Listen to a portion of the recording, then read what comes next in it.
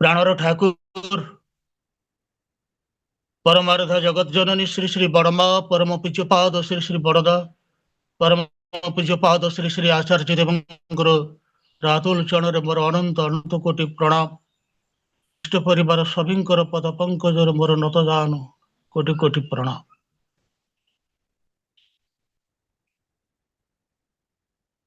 ପରମ ପିତାଙ୍କର ଅପାର କରୁଣା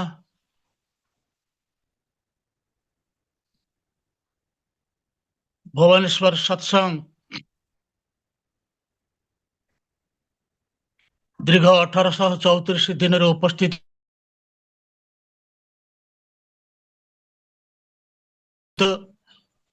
এই প্রাতকালীন অনলাইন সৎসঙ্গ সম্মানীয় সঞ্চালক মহোদয় যুক্ত হইଥିବା পরম সম্মানীয় ରୀତିକ ଦେବମଣ୍ଡଳୀ ଇଷ୍ଟବାହୀ କର୍ମୀ ମଣ୍ଡଳୀ ପ୍ରାଣର ଗୁରୁ ଭାଇମାନେ ଭକ୍ତିମତୀ ମାତୃମଣ୍ଡଳୀ ସାଧୁ ସର୍ଜନ ସମସ୍ତଙ୍କୁ ମୋର ପ୍ରୀତିପୂର୍ଣ୍ଣ ଜୟଗୁରୁ ଯଥାବିଧି ମାନ୍ୟ। ପରମ ସୌଭାଗ୍ୟ ମୋର ଏଭଳି ଏକ ସୁନ୍ଦର ପ୍ଲାଟଫର୍ମ ଭକ୍ତମାନଙ୍କ ଗହଣରେ କିଛି ସମୟ ଉପସ୍ଥିତ ରହି ପରମ ପିତାଙ୍କର କଥା ଶ୍ରବଣ ମନନ କଥନ କରିବାର ଯୋଉ ସୁଯୋଗ ଟିକେ ଦେଇଛନ୍ତି ସେଥିଲାଗି ନିଜକୁ ମୁଁ ବହୁତ ଭାଗ୍ୟବାନ ମନେ କରୁଛି। 1834 ଦିନ ହେଲା ଆମେ କେତେ ଯେ ସୁବକ୍ତା ଭକ୍ତ ଜ୍ଞାନୀ ଗୁଣୀ ଏଇମାନଙ୍କର ମୁହଁ ଦେଇକି ପରମ ପିତାଙ୍କର କଥା ବିଭିନ୍ନ ଦିଗ ଦେଇକି ଆମେ ଶୁଣିଛେ। ଅନଲାଇନ ଅଫଲାଇନ ସତ୍ସଙ୍ଗ ସଦା ସର୍ବଦା ଚାଲିଛି ଆଉ ଆମେ ମାନେ ବହୁ ଭାଗ୍ୟବାନ। ଆମେ ପରା ସେଇ ଭାଗ୍ୟବାନ ଆଜି ପାଇଛେ ଜୀବନ ନାଥ ଆମେ ପରା ସେଇ ଭାଗ୍ୟବାନ ଆଜି ପାଇଛେ ଆଚାର୍ଯ୍ୟ ଦେବ ତାଙ୍କର ଦୟା କରୁଣାରୁ ମଣିଷ ସତ୍ସଙ୍ଗ ପ୍ରାପ୍ତ ହୁଏ। সেই ସୁଯୋଗଟି ଆମମାନଙ୍କୁ ଶ୍ରୀ ଶ୍ରୀ ଠାକୁର ଦେଇଛନ୍ତି। ସତ୍ସଙ୍ଗରେ ଆସିଲେ ଦାଦା ସୁନ୍ଦର ଭାବରେ ଆଲୋଚନା କରୁଥିଲେ ଶୁଣୁଥିଲି। ବହୁତ ବାହାନା କରି ଆମେ ଏଇ ସତ୍ସଙ୍ଗକୁ ମଧ୍ୟ ଆଭଏଡ କରୁଛୁ।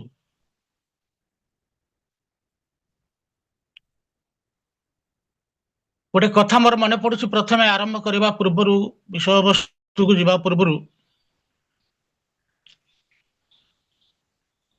ଶ୍ରୀ ଶ୍ରୀ ଠାକୁର ଯେତେବେଳେ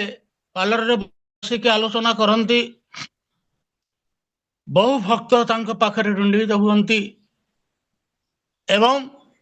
ବିଭିନ୍ନ ଦିଗ ଦେଇ ଆଲୋଚନା କରାଯାଏ। ତାଙ୍କର ଶ୍ରୀମୁଖରୁ ଯୋଉ ଅମୃତର ଧାରା ବହି ଆସେ ସେ ଅମୃତକୁ ପାନ କରି ହସ ହସ ମୁହଁରେ ସମସ୍ତେ ଫେରନ୍ତି। ଗୋଟେ ଗାଁରୁ 3-4 ଜଣ ଯାଆନ୍ତି ସଦା ସର୍ବଦା। ତାଙ୍କ ଭିତରୁ ଜଣେ ଭାଇ ଆସିପାରି ନଥିଲେ। ଠାକୁର ପଚାରୁଛନ୍ତି ସେ ଗାଁର ଅନ୍ୟ ଭାଇମାନଙ୍କୁ ଯେ ଭାଇଟି ଯୋଉ ଆସିନଥିଲା ସେ କାହିଁକି ଆଜି ଆସିନି ରେ ସତ୍ସଙ୍ଗକୁ? ନା ଠାକୁର ତାର ଦେହଟା ଖରାପ ସେଥିଲାଗି ଆସିପାରିଲାନି। ଆମେ ଆସିଲା ବେଳେ ତାକୁ ଡାକିଥିଲୁ ସେ କହିଲା ମୋର ଦେହଟି ଖରାପ ମୁଁ ଯାଇପାରିବିନି ତମେ ମାନେ ସବୁ ଯାଅ। ସତ୍ସଙ୍ଗ ସରିଗଲା ବିଭିନ୍ନ ଦିଗ ଦେଇକି ଆଲୋଚନା ସରିଗଲା। ଠାକୁର ଉଠିବାକୁ ଆରମ୍ଭ କଲେ। ଭକ୍ତମାନେ ପ୍ରଣାମ କରୁଛନ୍ତି ଫେରିବା ପାଇଁ ବାହାରୁଛନ୍ତି। ଏହି ସମୟରେ ଶ୍ରୀ ଶ୍ରୀ ଠାକୁର ସେ ଭାଇମାନଙ୍କୁ କହୁଛନ୍ତି ରେ ଯିବ ଦେଖିବ ଯୋଉ ଭାଇଟି କହିଥିଲା ତାର ଦେହ ଖରାପ ତାର ଦେହଟାକୁ ତାର ଶାରୀର କଥା ବୁଝିକି ତମେ ଯିବ। ଯାଇଛନ୍ତି ଘରକୁ ଯେତେବେଳେ ତା ଭାଇ ଘର ଯାଇକି ପହଞ୍ଚନ୍ତି ଦେଖାଯାଉଛି ଶୁଣିଲେ ସେ ଭାଇର ପ୍ରକୃତିରେ ଦେହଟି ଅତ୍ୟନ୍ତ ଖରାପ ହେଇଛି ତାକୁ ମେଡିକାଲ ନେଇଯାଇଛନ୍ତି। ଘରେ କହୁଛନ୍ତି ସକାଳେ ଆପଣ ଯେତେବେଳେ ଗଲେ ତାର ଦେହଟା ତ ଭଲ ଥିଲା ହଠାତ୍ ସଡନଲି କାହିଁକି ଏମିତି ହେଇଗଲା ଆଉ ବେହୋସ ହେଇଯାଉଛି 18 ଥର ତାକୁ ଆମେ ନେଇଯାଇଛନ୍ତି ମେଡିକାଲକୁ ପିଲାମାନେ ସମସ୍ତେ ଧରି। ପରମ ପିତାଙ୍କୁ ସତ୍ସଙ୍ଗକୁ ଆସିବୁ କଥା ଦେଇଛୁ ବାହାନା କରି ଯାଉଛୁ। ସେ ଯେ ସ୍ୱୟଂ ସତ୍ସଙ୍ଗରେ ଉପସ୍ଥିତ ରୁହନ୍ତି ସେ ଯେ ଅନ୍ତର୍ଯାମୀ ଭଜନ କୋରସ କୀର୍ତ୍ତନ କି ସୁନ୍ଦର ଭାବରେ ଆଜି ହେଇଛି ଅତ୍ୟନ୍ତ ସୁନ୍ଦର ମନୋହର भावपूर्ण परिवेश मध्य सृष्टि हो जाइछि। मु मध्य दादा स्वर संगे स्वर मेली आज जो भाई माने आमको सत्संग बसबार सुजोग टिके देइछन्ति, जो मानकर भोग निवेदन रे सत्संग चली आज आ जो मानकर कंठ दे प्रभुंकर से भजन क्रोश कीर्तन भीतर दे प्रभुंकर लीला उद्देश्य आमे माने समस्त सुनिले। मु मध्य दादा स्वर संगे स्वर मेली से मानकर सर्वविध मंगल पाई परम पिता रातुर चरण कोटि कोटि बार प्रार्थना करुछि।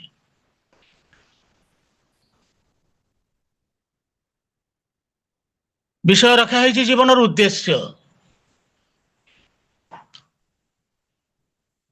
जेकोसी गोटे टॉपिक रखा सार दादा कहते बहुबार भी जॉइन कले कहले कथा कौन कहीपर कौठ आरंभ करेंगे से तो अनंत कौठ आरंभ हम कौठ शेष हम से दिन परम प्रेम श्री ठाकुर निकट में किसी भक्त निवेदन करुँच श्री ठाकुर जीवनी लेखा हाँपाई ठाकुर शुणुना बहु अनुरोध करे कहले किए लिखब रे किए जानी सी जदि लिखबार थाए ताले एकमात्र बड़खोका परम पूज्य पाद श्री श्री बड़दा को लक्ष्य करके कहती आउ जदि किसी जने लिखिपारे किसी लिखिपारे सी होती केष्टदा भक्त मैंने आसी परम पूज्य पाद श्री श्री बड़दा निकट में निवेदन कर ठाकुर जीवनी बाबद लेखा करने बड़दा से किसी शुणी ना बहु अनुरोध क्रमे कहले कान लेखा हम कौट आरंभ हम कौठू जीवनी माने गोटे आरंभ गोटे शेष थाए कौठू आरंभ हम कौठू शेष हम तांकर लीला जे सदा सर्वदा लगी रही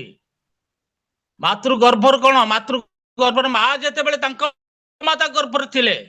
से दिन प्रभुंर लीला आसबार उद्देश्य आगमन उद्देश्य वार्ता सबू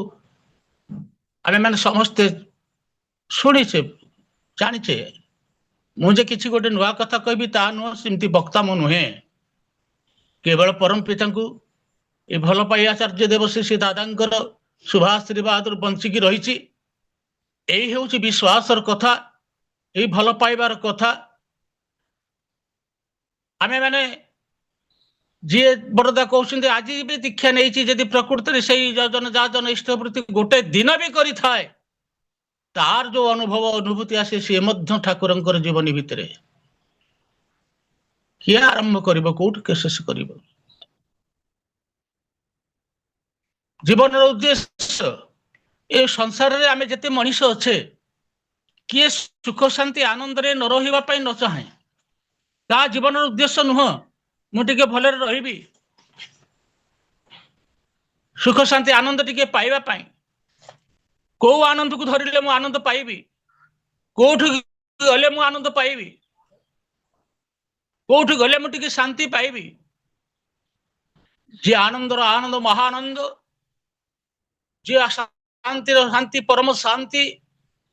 जहाँ श्री श्री स्रष्टा ठीक मनीष न आसले कि सुख शांति आनंद रनिष जीवन भितर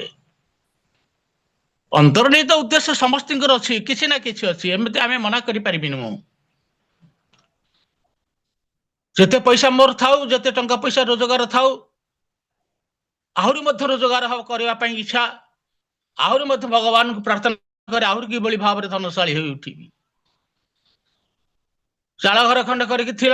पाख पड़िशा घर कोठा घर खंडे करदेला से अभिभूत मन अभिभूत हो पड़ी मो पाखे जब आउ पैसा हुआ आहरी मोर उद्देश्य हो पूरण हो जाता मुझे कोठा फटा घर करती सुख शांति आनंद गाड़ी मोटर अंतर्निहित उद्देश्य सदा सर्वदा गोटे मनीष अंतर भितर लगी रही जीवन में किए पूरण कर जगतर हजार कर कई मोर दुख पूरण करें नहीं मोर उद्देश्य पूरण करें नहीं दिने जड़े भक्त श्री श्री ठाकुर को क्षमा कर शरीर टी मोर असुस्थ ठंडा ज्वर काश अच्छी कल ठाकुर कौन कले मुझे शांति रही मोर इच्छा टिके शांति रहिबा पाई ठाकुर सुंदर उत्तर दौरान तू आग प्रथमे तो इच्छाटा को शांत कर दियो तो इच्छाटा को शांति करदे शांति रे रहबो आ जते बेले मनीष ईश्वर इच्छा सह निज इच्छाटा को जोड़ी दबो ना सेते बेले किछि अभाव रहबो नै शांति रे रहबो आमे तो घर करिछु मो घर अनंत भाईर घर एटा आ मो घरे मो ठाकुर अछंती ताने मु हेली मास्टर सी हे जाइछिन सेवक आ जेते बेले से एटा मो घर नै कि एटा अनंत साहु घर नै कि मो ठाकुरंकर घर जेते बेले एठी मो ठाकुर हेले मालिक मु जदि जेते पर्यंत तांकर सेवक नहिछि ठाकुर केमिति कोन दया करी मो प्रति तेणु सेतेले मनीष ईश्वर इच्छा सह निजर इच्छाटा को जेते बेले जोड़ी दिया जाए सेते बेले आउ किछि अभाव रहे ना जीवन उद्देश्य स्थित बड़दा सुंदर कथा कहते बहुत कथा तो ठाकुर कहते पवित्र सत्यानुष्ठान ग्रंथ श्री श्री बड़दा ठाकुर जो लिखिं से कथाटा को जे जीवन उद्देश्य अभाव एकदम को तड़ीदेवा आ केवल जानिले ही हो पारे कौन अभाव जो एत अभाव अच्छी तार कारणटा को जब मुझे जापर ताले अभावटा रही भाव पलि आसो मो भाव रे मो बुद्धि रे से अभावटा कौन टंका पैसा सुना रूपा धन जमी बाड़ी अभाव होइछन्ति से निजे से भावी पुरुषंकर अभाव मो निकट रे जेते बेले तांको से भावी पुरुषंको मो जीवन कांडारी रूप रे जीवन सर्वस्व रूप रे परिनेबी सेटा पुणी निस्वार्थ भाव रे अनुराग सह प्रीति भल पाइबा ए भीतर देख रही सेते बेले मनीष तार कारण हटा मूल हूँ से उद्देश्य अभावटा को एकदम तड़ीदबा जीवन उद्देश्य आ केवल ही कारणटा को जापर पवित्र पुण्यपोथी परम प्रेम श्री श्री ठाकुर बाणी भीतर अच्छी ना परम पितार अदय किसी कौन अच्छी रे परम पितार अदय कौन अच्छी कि चाह तुम्हें सुख शांति आनंद टंका पैसा आम सब देवी मु सब देवी कहूँ ठाकुर कहले मु सब देवी तू टिके तो हृदय भितर मत टिके स्थान दे तू टिके मत मथार बहन करके चाह ठाकुर बाणी भीतर अच्छी जेते हिंगा स्वापद विपद मन रखी जोर दयाल ठाकुर मथार अच्छा भावना किरा तोर आई अभाव भितर जेते बेले पड़ुछु बुझी पारुने ठाकुर से पानी भीतर कहते कौन अभाव परिश्रांत मन ही धर्म जिज्ञासा करे न तो करे ना केते तुर आमे बुझीचे आमे कौन ठाकुर कहते मनुष्य जीवन उद्देश्य हूँ ईश्वर प्राप्ति आमे ईश्वर प्राप्ति ईश्वर ठारू प्राप्ति इच्छा करूँ ईश्वर ठारू पाइबा इच्छा करूँ सदा सर्वदा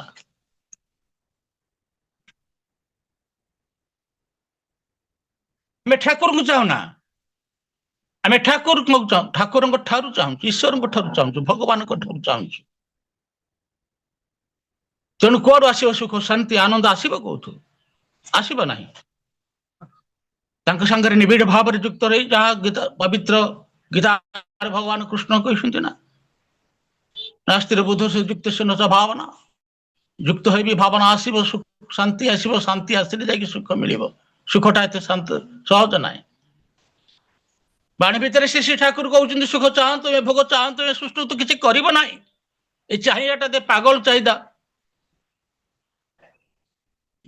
नहीं आम सब पागल कौन मगा जाए ठाकुर को आमे ता जानी पारना बहुत कथा तो अच्छी महाभारतर कथा गोटे मन पड़ जाउछि। महाभारत युद्ध अव्यवहित पूर्व आरंभ हवा पूर्व दुर्योधन और अर्जुन दुई जन जाइछन्ति भगवान श्रीकृष्ण को पखरु साहाय्य मागिबा पाई। से तो अंतर्जामी छलनार सोई पड़िछन्ति अनंत शयन बळी। प्रथम दुर्योधन जाइक पहुंची जाइछि। देखिले जेतेबेले कृष्ण ठाकुर सोई पड़िछन्ति शोइबा लोक को तो उठेबा नुह मुंडो पाखरे गोटे टूल पड़ितला बसी पड़िला सेई पाखरे। किछि समय परे अर्जुन जाइक पहुंचछन्ति। अर्जुन देखिले तांका आगरु दुर्योधन जाइक बसिछि जागा प्रभु को पाद तले भी मध्य गोटे टूल टे पड़ितला से जाइक सेठी बसी पड़िले। किछि समय परे ठाकुरंकर निद्रा भंग होला। जे कौन लोक शोइले उठिले पर तो तार पाद आड़ को आगर लक्ष्य रहिबो। दुर्योधन देखी ना देखी अर्जुन बसचंती कहले सखा केतेबेलु आसिलानी मु टिके शोई पड़िथिली आसीछि कौन पे आछंती पचार जेंती ठाकुर दुर्योधन बटके मु आग आसीछि आज्ञा अने दिले आपण दुर्योधन आछंती हां मु आग आसीछि बसछि तेणु मो कथा आग शुणंतु मु कौन पे आछछि कहतु कौन आपण चाहछंती। राम चाहूची आपणकर सब देखते प्रथम कथा मु तो आप युद्ध करेंगे मु तो युद्ध अस्त्र धरबिनी मना करिछि ना मो आपण दरकार नुह मो आपणकर सब सैन्य सेना सब मोर दरकार। नारायणी सेना केते लक्ष थिले बोल हाँ ठीक अच्छे नहीं जीवे। मन खुशी रे दुर्योधन फेरिला। भगवान पचार सखा तमें कौन चाहूच आ कौन अच्छी मो पाखे तो किसी ना जहाँ थिला तो दुर्योधन नहीं गला। ठाकुर मोर से गुड़ा किसी दरकार ना कौन पे आछंती ना मु केवल आपण की ही चाहे आपण मोर ई रथ आपण मोर सारथी हेबे। मु कहले कौन करी मु तो युद्ध किसी करी ना मोर रथ सारथी हेबे मत उपदेश देबे मोर आउ किछि दरकार नहीं ना से किछि पारिबो निश्चित हवा आज्ञा ना से माने हारी जीवन आ कोठा हम हारिबे आज्ञा। जहाँ संगे जहाँ निकट ईश्वर भगवान पुरुषोत्तम था से मनुष्य हारे तार कौन सी कर्म से हारे ना। गीतार शेष बाणी से कथा कही ना जत्र जोगेश्वर कृष्ण जत्र पार्थ धनुर्धर तत्र श्री विजय भृति ध्रुव नीतिर्मम। जो निजे जोगेश्वर भगवान ईश्वर पुरुषोत्तम अच्छा आउ जो गांडीव धनु धारण कर अर्जुन अच्छा से श्री विजय विभूति अचल नीति सब से अच्छी अभाव प्रश्न उठू ना। परम प्रेम श्री ठाकुर दया करके से दीटा देइछंती। मोर जीवन रथर मु हूँ अर्जुन मु निजे अर्जुन आज गांडीव धनु परम पिता से सत बीज मंत्र ना मोर से जो सरटा जोछा कि छड़ा सैन्य मरबे से ठाकुर आउ गोटे अस्त्र हूँ प्रेम। ये दीटा से हूँ मो मो अर्जुन मो गांडीव धनु नाम आ मोर अस्त्र हूँ प्रेम।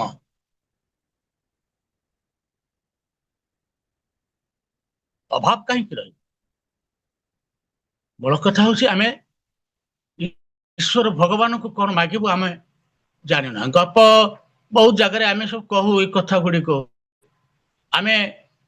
सुख शांति आनंद रही केते प्रकार कथा करछु। गोटे कथा आते गोटे रजा थे जन्मदिन पालन हम आर जन्मदिन से गोटे घोषणा करदे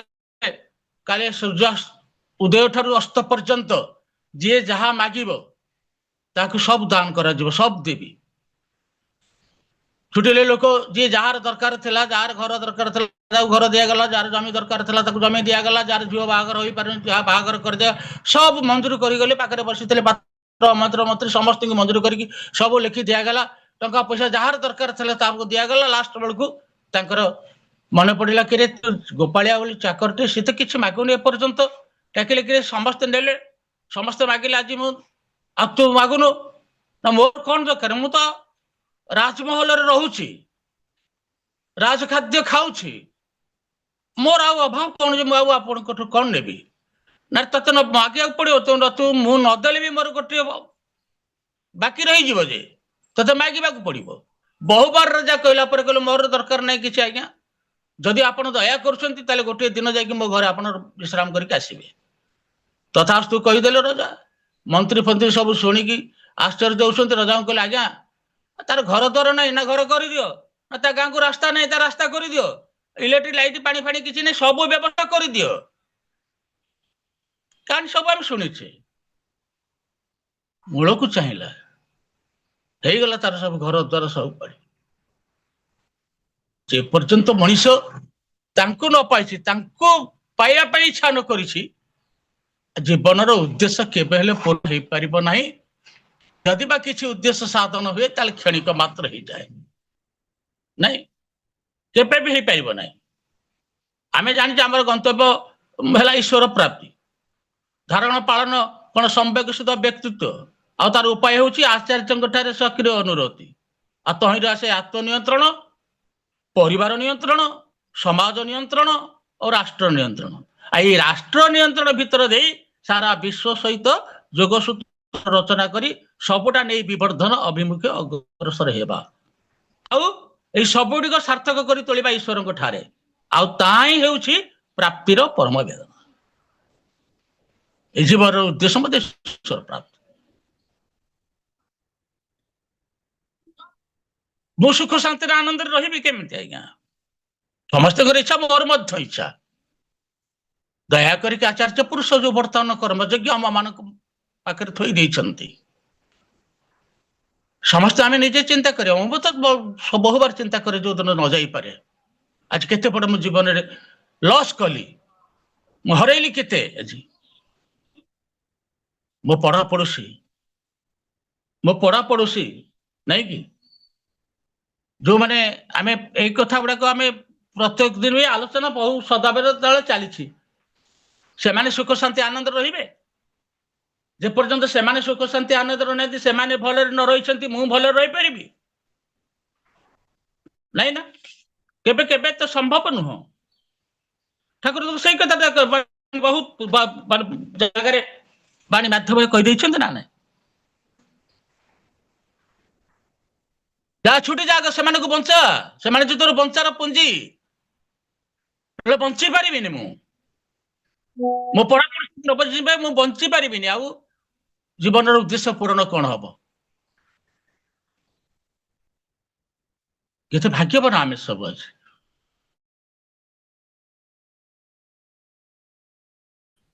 वास्तव में आम ही सुख सापाई आचार्य देवंकर जो प्रयास जो चेष्टा तेणु एथि लगी ए कर्मयज्ञ भितर समस्त आम समस्त करा एथरे किसी कथा ना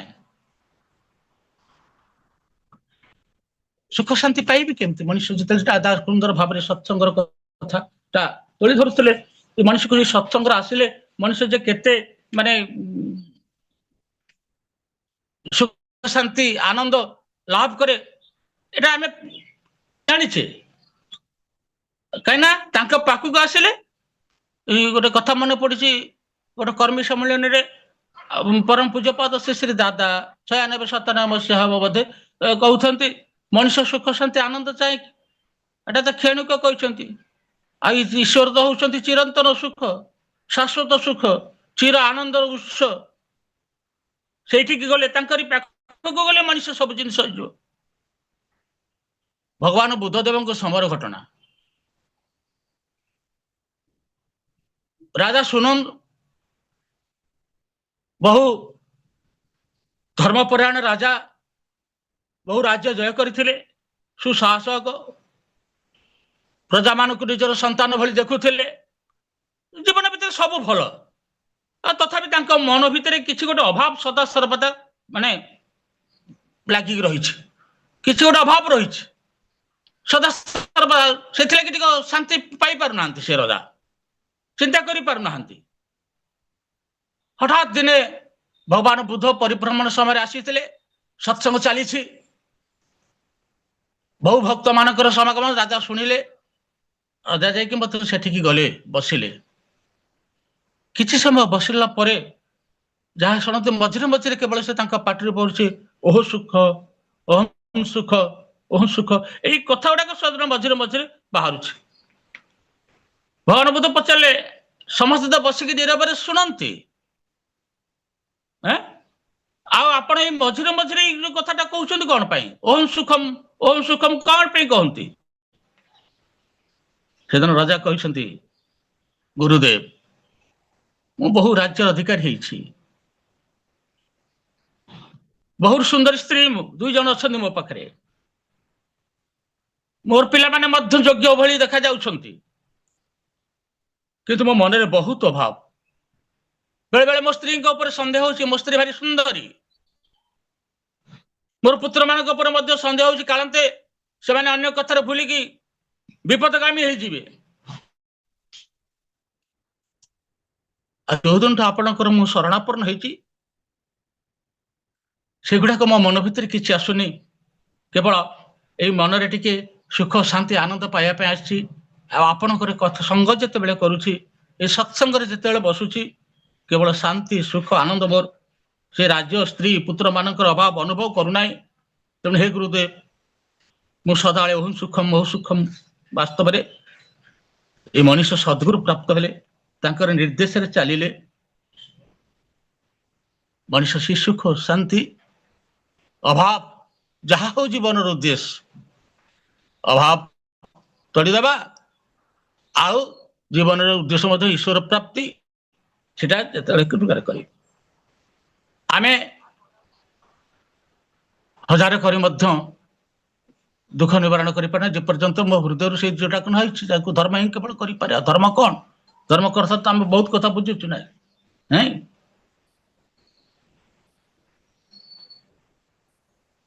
ମୂଳ କଥା ହଉଛି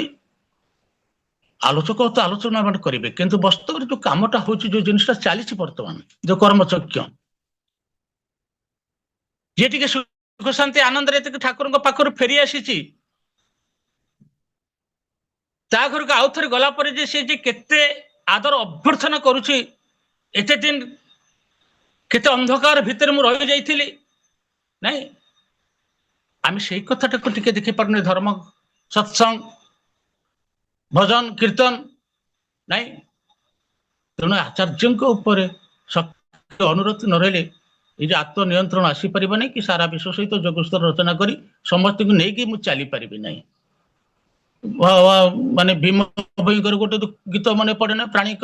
ଆରତ ଦୁଃଖ ଅପ୍ରମିତ, ଦେଖୁ ଦେଖୁ କେବା ସହୁ, ମୋ ଜୀବନ ପଛେ ନର୍କ ପଡିଥାଉ, ଜଗତ ଉଦ୍ଧାର ହେଉନା। ପରମ ପୂଜ୍ୟ ପଦଶ୍ରୀ ଶ୍ରୀ ବରଦା ଶ୍ରୀ ଠାକୁରଙ୍କୁ ନିବେଦନ କରୁଛନ୍ତି, ସବୁ ଦୁଃଖ ପଛକୁ ମତେ ଦିଅନ୍ତୁ, କିନ୍ତୁ ଅନ୍ୟମାନେ ସମସ୍ତେ ଭଲରେ ରୁହନ୍ତୁ, ନାଇଁ। ତେଣୁ ରବୀନ୍ଦ୍ରନାଥ ଠାକୁର ମଧ୍ୟ ଗୋଟେ ଗୀତ କଥା କହୁଥିଲେ, ମନେ ପଡୁଯାଇଛି, କହିଲେ, ନାଇଁ ଆର ଭୟ, ନାଇଁ ସଂଶୟ, ନାଇଁ ଆର ଆଗୁ ପିଛୁ, পেয়েছে সত্য, লভিয়াছু পথ্য, সরিয়া দাঁড়ে সকল জগত, নাহি তার কাছে জীবন মরণ, নাহি নাহি আর কিছু, হৃদয়ের মাঝে পেড়েছে শুনিতে দৈব বাণীর মতো, উঠিয়া দাঁড়ানে আপনে আলোতে, ওই চেয়ে দেখে কত দূর হত, তাহার কাছেতে ধরা দেবে বলে আসে লোকে শত শত। କେତେ ଲୋକ ଯାଉଛନ୍ତି, କେତେ ଲୋକ ଯାଉଛନ୍ତି ତାଙ୍କ ପାଇଁ। ସେଇ କଥାଟାକୁ ତାଙ୍କ ପାଖକୁ ଗଲେ ମଣିଷର ଯୋଉ ସମାଧାନ, ମଣିଷ ଭିତରେ ଯୋଉ ସନ୍ଦେହ, ମଣିଷ ଭିତରେ ଆଶା ଆକାଂକ୍ଷା, ସେଇଠି ଗଲେ ଦୂରୀଭୂତ ହେଇଯାଏ। ମୁଁ ଚାହେଁ ନା ତାଙ୍କୁ, ମୁଁ ଚାହୁଁଛି କେବଳ ତାଙ୍କ ଠାରୁ। ସେଥିଲାଗି ତ କହିଲେ, ଆମେ ସବୁ ଦେବି, ଯାହା ଚାହୁଁଛୁ ମୁଁ ସବୁ ଦେବି, ତୁ ମତେ ଟିକେ ତୋ ହୃଦୟରେ ଟିକେ ସ୍ଥାନ ଦିଏ। ଠାକୁରଙ୍କ ସମୟରେ ଗୋଟେ ଲୀଳା କଥା ମନେ ପଡୁଛି, ସେତେବେଳେ ବିହାରର ମୁଖ୍ୟମନ୍ତ୍ରୀ ବଳସା ଆଉ କିଛି ରାଜନୈତିଜ୍ଞ ଲୋକ ଆଉ ସେତେବେଳେ ମାନେ ଆସିଛନ୍ତି ଠାକୁରଙ୍କ ନିକଟକୁ। साम्यवादी नेता जयप्रकाश नारायण को धरिक ठाकुर जिते शुणी एत बड़ लोक एत बड़ राजनीतिज्ञ आसुंच आश्रमवासी भारी तत्पर समस्त सजग कर ठाकुर आद्यर अभ्यर्थन जमी किसी माने अभाव असुविधा न रुहे समस्ते लगी पड़ते जहाँ आसीगले समस्त आसले ठाकुर पाखे प्रणाम कले ठाकुर आसन देले बसवाई विभिन्न दिग देकी जयप्रकाश नारायण प्रश्न उत्तर दे चली श्री ठाकुर हस हस मुहर सब कथा शुणुंट एक लय श्री ठाकुर से पद्ममुख को अनै रखी रही जयप्रकाश नारायण किसी समय आलोचना पर ठाकुर निवेदन कर आश्रम बुलवे तापर जाइए आश्रम बुलिक आसला पर्यटन ठाकुर क्या संगे आलोचना किसी करूना बुलिक आसिक ठाकुर को प्रणाम कर विदाय नापी कहते ठाकुर को ठाकुर कहते आप किसी समय रही थे मुझे बहुत बहुत भल लगी था समय अभाव पर के आसबि कहीकि जाइछन्ति केष्टदा को पठे देछिन जाओ जाओ अतिथि सी सम्मान विदाय देकी आस केष्टदा जाइछन्ति विदाय देवा केष्टदा जाइछन्ति विदाय देवा केष्टदा जीवा ठारू फेरिबा पर्यंत ठाकुर मध्य क्या संगे किसी आलोचना करना एक लय से बाट को अनेक बस गेट आड़ को अनेक बस केष्टदा आसिक फेरिले प्रणाम कले केष्टदा को पचार ठाकुर एत बड़ लोक आसी कौन कहले ना ठाकुर बहुत सुंदर कथा कहले बहुत प्रशंसा कहले ठाकुर पसंद अरे आश्रम बाबद कौन कहले कहले कहले आम जीवन में कल्पना कर नथुलु ए भितर जे एते सुंदर आश्रम ये अच्छी ये जे मनीष एते कर्मठ हुए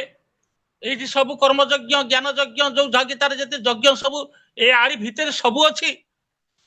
परम प्रेम सी आउ कौन कहले रे ना ठाकुर बहुत प्रशंसा कले ठाकुर कहते अरे मो विषय कौन कहले ठाकुर आपण श्रीमुख को देखिए कहते आम मन भीतर गोटे भ्रांत धारणा था मनीष कौन भगवान भगवान हो पारे जड़े मनीष कौन भगवान भगवान होगी आसीपे किंतु ठाकुर को देखिए आम से भ्रम संशोधन आम से भ्रम दूरीभूत हो पचार ठाकुर ठाकुर आउ कौन कहले से बहुत कथा कहला शेष कष्टा कहते सब कथा कहले किंतु किंतु कहला पर ठाकुर टिके दबी कहले कि पुणी किंतु कौन आसला ना ठाकुर तांकर गोटे प्रश्न मो थला ना कौन कहले रे कहले आपण माने एरे ज्ञानी विज्ञानी वैज्ञानिक राजनीतिज्ञ एते लोक ठाकुरंकर भक्त ठाकुर गोटे साधा चौकी काठ चौकी आपण माने बसैछंती कहीं कौन गोटे रत्न सिंहासन करके गुरु को बसैले किसी असुविधा अच्छे कि ठाकुर हसुंट पाखे ठिया सुशीलदा प्रणाम कले हाँ ठाकुर आम मानक इच्छा मुझे जाइली से सरस्वती महाराज आश्रम टी देखिली गुरु गोटे रत्न सिंहासन से मैंने तैयारी कर जिते से आसती गुरु आसिले से रत्न सिंहासन बसिले से आरती हुए आउे पूजा पाठ कराए आपर सत्संग सदालोचना सब विभिन्न दिग देखी हुए ठाकुर आपड़ जो आशीर्वाद करते ना आम गोटे रत्न सिंहासन तैयारी कर दिंतु ठाकुर जहाँ हसुले आखि लुह जकी आसला कहले सुशीलदा केष्टदा मुझे सत मु तमरी मान केते जन भरोसा करके रही जो उद्देश्य नहीं आसी पूरण करने किंतु आपण माने तो मोर उद्देश्य किस पर्यंत टिके भी बुझी पारे ना मु आसवाटा कौन निरर्थक हो केष्टदा भांगी पड़े भक्त मान ए केष्टदा कौ सिंहासन बसवाई कही रत्न सिंहासन रे एक दादा मन पकातु ना मुझे बस कही केते थर कही तुम हृदय भितर मत टे स्थान दियो तुम हृदय सिंहासन मत रख तुम मो रत्न सिंहासन कौन तैयारी कर गोटे पुराना कीर्तन अच्छी ना भाई तुम कीर्तन बोलुले सजाओ भुवन हृदय सिंहासन मन मंदिर को करो आह्वान व्यथा वेदनार कथा दियो रे कही नयनर निरे पद दियो रे धोई दुर्लभ रूप नेत्र भरी देख कोटि कंदर बरुबली पणरे कोटि कंदर बरुबली नयनर निरे धोई श्रीचरण कीर्तन बोल भजन टी मत से जे पर्यंत मो आखिरी लुह न गड़ी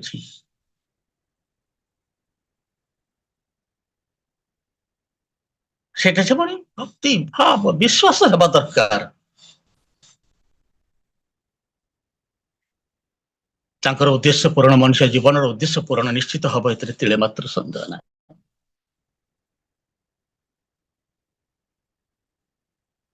ଆମେ ପାରୁନା, ଆମେ ସେଇ ଅଭାବ ଅନାଟନ ଭିତରେ ଗତି କରି କରି ଜୀବନଟାକୁ ମାନେ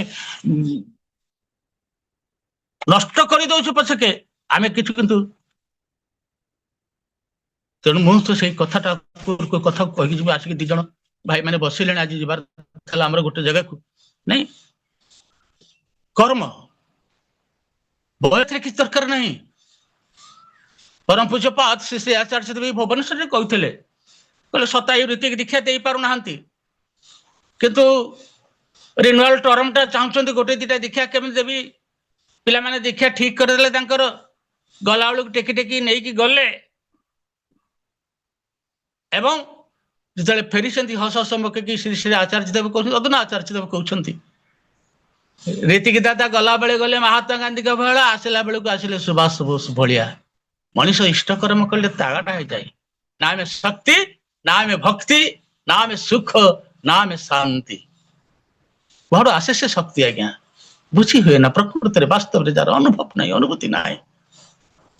ଆଉ ଠାକୁର ଏଇଥିଲାଗି ଆମେ ବଞ୍ଚିପାରିବା ନାହିଁ। ଆମେ ବଞ୍ଚିପାରିବା ନାହିଁ। ଧନ ପ୍ରାଚୁର୍ଯ୍ୟ ଯେତେ ହିଁ ଥାଉ, ହେବୁ ତୁ ଯଦି ଇଷ୍ଟହରା, ଦୁର୍ଯ୍ୟୋଧନ ରାବଣ ପରି ସବୁ ନେଇଯିବୁ। ସୁଖ ଶାନ୍ତି ଶାନ୍ତି ଆନନ୍ଦ ମାନେ ଗାଉଛନ୍ତି, ଠାକୁର ତ କହିଛନ୍ତି।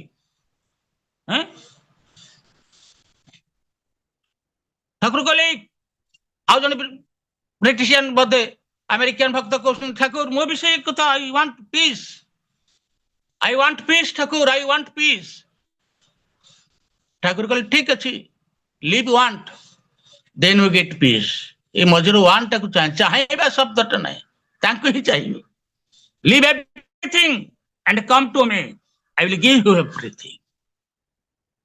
ଏଠି ନିର୍ଭରତା କିଏ ଦେଇଛି ଆମକୁ? କିଏ ବି ଦେବ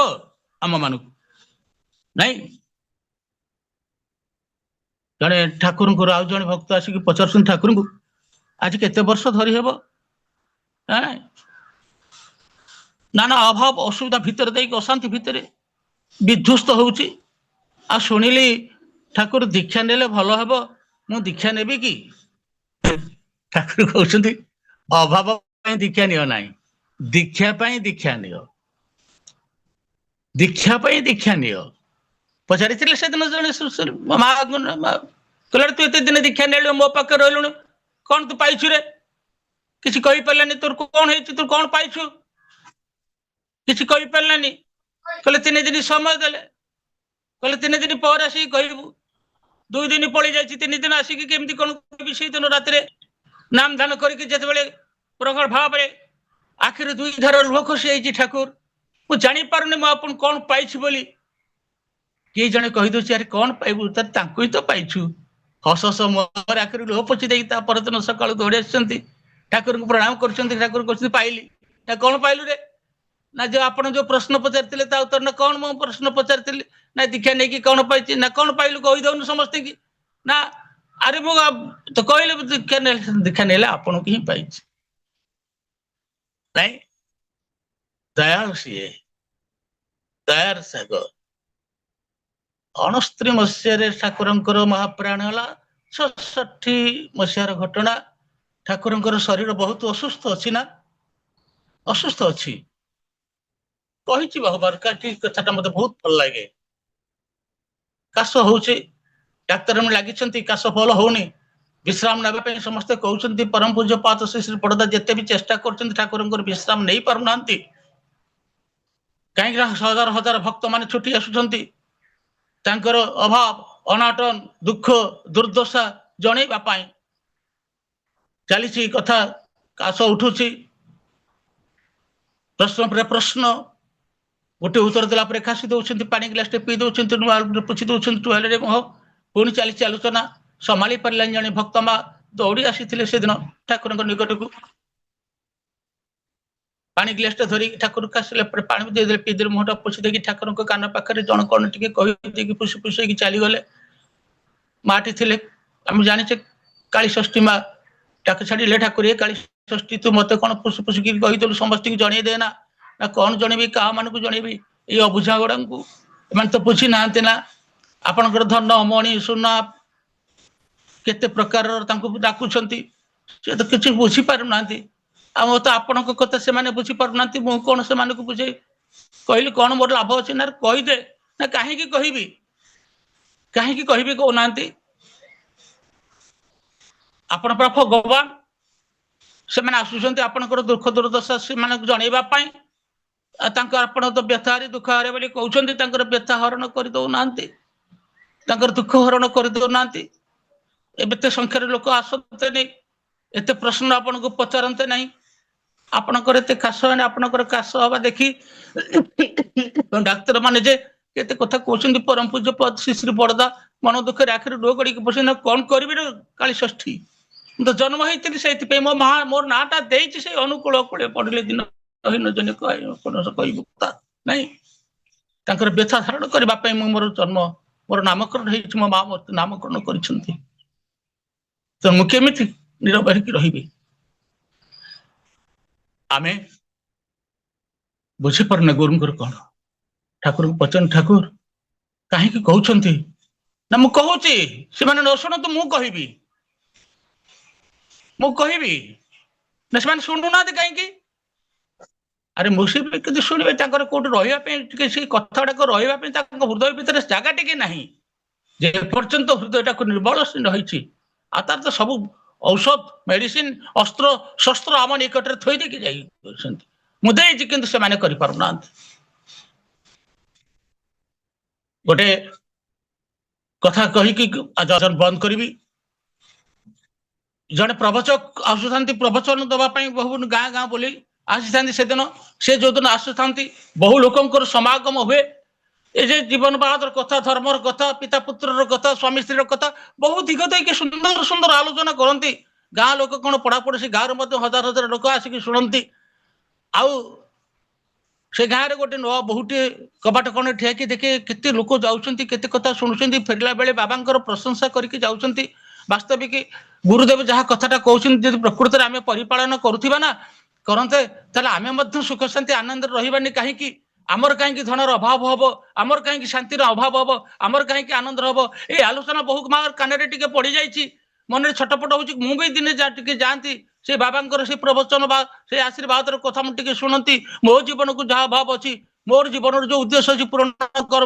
मार्गटा मु पाई जाती ये उद्देश्य नहीं से दिन समस्ते तार घर जाक समस्ते पलि आसती मुंडे ओढ़ना दे देकी घर चपी पकई देकी पलि जाइए छपिकी जाइए बुसुची शुणुची सत्संग विभिन्न दिग देखिए आलोचना सरी आलोचना सरला समस्ते प्रणाम करके जिते फेरुंट जाइए बाबा पाखक से साधु पाखक प्रणाम कर साधु को निवेदन कर साधु महाराज हे गुरुदेव आपण मो घरे टिके पाद स्थापन कले मु बहुत आनंदित हेबी मु आपण को अपेक्षा करी नुआ बहुत सबुदिन आसी पारुनी और प्रतिश्रुति दे बाबा कहले हाँ मुझी जा मु निश्चित काली सकाळे जाइए पहुंचीबी बाटी घर द्वार लिपा पोछा कर झोटी फोटी पुछी जमी जहाँ